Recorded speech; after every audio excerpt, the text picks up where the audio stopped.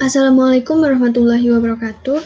Saya Dwi Aulia Mentari di sini akan memberikan ulasan singkat mengenai paper yang berjudul Moisture Damage in Finished Wooden Houses atau dalam bahasa Indonesia berarti kerusakan kelembapan di rumah kayu Finlandia yang ditulis oleh Jari Heikkilä.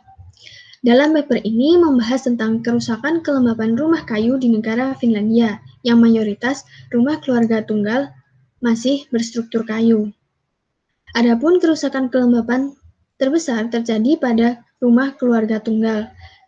Faktor penyebab kerusakan kelembapan tersebut adalah adanya pasangan dinding yang terlalu dekat dengan tanah, hilangnya perlindungan fasad, kurangnya ventilasi pada bangunan, dan adanya kebocoran atap. Kayu sendiri merupakan bahan bangunan yang sangat rentan terhadap kebakaran dan kelembapan. Maka dari itu, kayu sangat membutuhkan perlindungan struktural yang baik.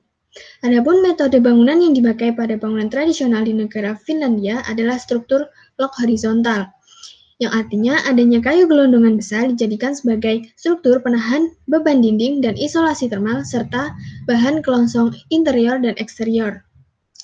Pada awalnya, serbu gergaji dijadikan sebagai pengisi bingkai kayu hingga fungsinya mirip dengan dinding kayu, dan pada tahun 1960 diganti dengan isolasi wall mineral karena dapat menyerap kelembapan serta dapat mengisolasi panas dengan baik. Pada suatu ketika, Partanen et al. Berkata bahwa faktor kerusakan yang utama bukanlah karena kayu, tetapi faktor utamanya adalah karena adanya kesalahan pekerjaan struktural.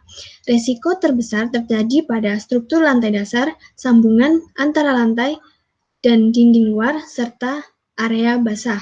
Setelah banyak kerusakan, kerugian ekonomi, dan diskusi ekstensif tentang kualitas konstruksi, negara Finlandia telah banyak belajar tentang kesalahan konstruksi, hingga muncullah istilah kode bangunan. Kode bangunan tersebut adalah solusi teknik dari kelembapan rumah kayu yang berisi tentang mengharuskan meninggikan lantai minimal 300 mm dari muka air tanah, membuat kemiringan tanah dengan minimal perbandingan 1:20, membuat lapisan agar air kapiler tidak naik dengan tebal minimal 200 mm, dan kemiringan atap digunakan perbandingan 1:40.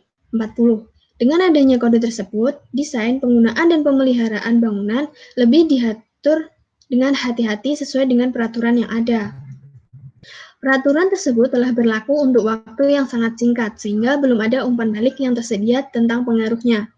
Jika memang benar struktural adalah faktor utama dari kerusakan kelembapan, maka kayu akan terbebas dari kecurigaan sebagai penyebab kerusakan kelembapan.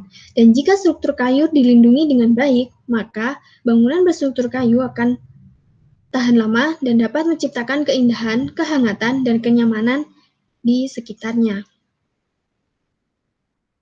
Adapun kritik pembaca dan relevansi adalah kritik secara keseluruhan. Paper ini sudah jelas dalam menjelaskan faktor penyebab kerusakan kelembapan dan juga disertai dengan gambar dan cara untuk mengurangi kerusakan kelembapan.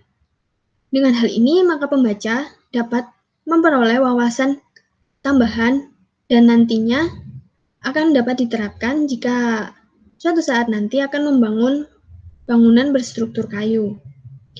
Meskipun demikian, ada beberapa yang disebutkan dalam paper ini tidak dijelaskan dengan jelas asal-usulnya, seperti alasan mengapa serbu gergaji digantikan dengan isolasi wall mineral, tidak dijelaskan bagaimana cara menjaga kadar air kayu kurang dari 20%, tidak dijelaskan siapa Partanen et al. Yang sebenarnya, dan tidak dijelaskan pula faktor utama kerusakan kelembapan di negara Finlandia tidak dapat teratasi dengan penuh.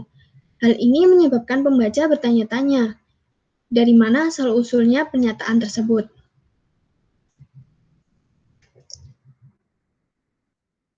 Adanya relevansi yang terkait dengan kasus-kasus di Indonesia, salah satu contohnya adalah rumah tradisional suku Bajo. Rumah tradisional suku Bajo masih berstruktur kayu, dan juga memiliki masalah yang sama dengan rumah kayu di negara Finlandia, yaitu kerusakan kelembapan. Hal ini disebabkan karena strukturnya sendiri sudah sangat dekat dengan air laut. Selain itu, juga adanya faktor cuaca seperti hujan yang menyebabkan kebocoran atap, sehingga menjadikan rembesan terhadap dinding dan dinding tersebut mengalami kelembapan. Selain itu, juga kurangnya ventilasi pada bangunan di rumah tradisional suku Bajo. Adapun kelembapan lantai terjadi karena adanya aktivitas yang dilakukan di dalam rumah seperti mandi, mencuci, dan masak. Jika dilihat dari faktor kerusakan kelembapan dari rumah tradisional suku Bajo ini sama persis dengan faktor kerusakan kelembapan rumah kayu di negara Finlandia.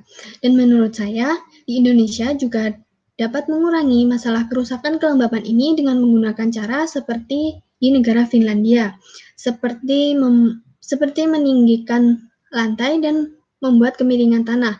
Hal ini dapat dilakukan dan ditentukan sesuai dengan kondisi lingkungan sekitar atau dapat disesuaikan dengan persyaratan Kementerian Kesehatan untuk tetap menjaga kelembapan udara sekitar 40-60%.